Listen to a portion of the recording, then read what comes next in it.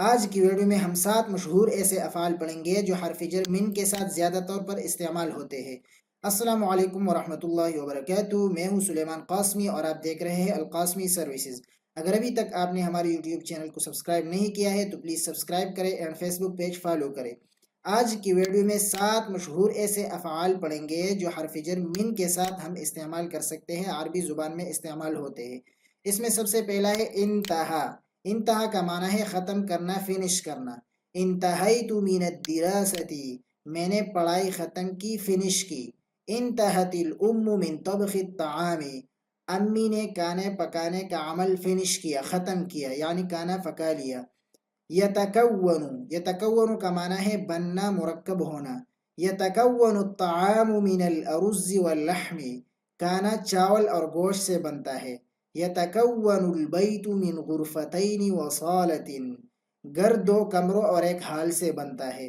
تو اس طرح ادھر 2 مثالیں لکھی ہے، آپ نے اسی طریقے سے 2 مثالیں اور بنا کے نیچے کمنٹ میں لکھنا ہے۔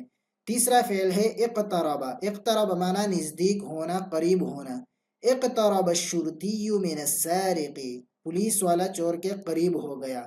اقتربت السیارۃ من الجامعۃ، گاڑی یونیورسٹی کے قریب ہو گئی۔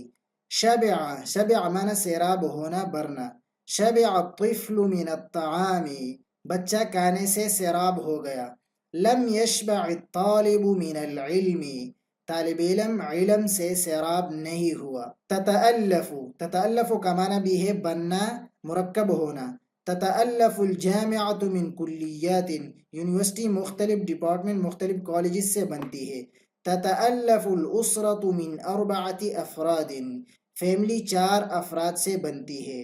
نجا کا معنی ہے نجات پانا، کامیاب ہونا، بچنا۔ نجا الطفل من الغرق، بچہ ڈوبنے سے بچ گیا، بچے نے ڈوبنے سے نجات پائی۔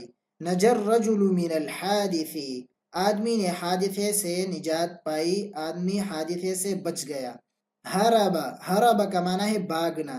ہرب الفأر من القطۃ، چوہا بلی سے بھاگ گئی۔ ہرب السارق من الشرطۃ، چور پولیس والوں سے بھاگ گیا۔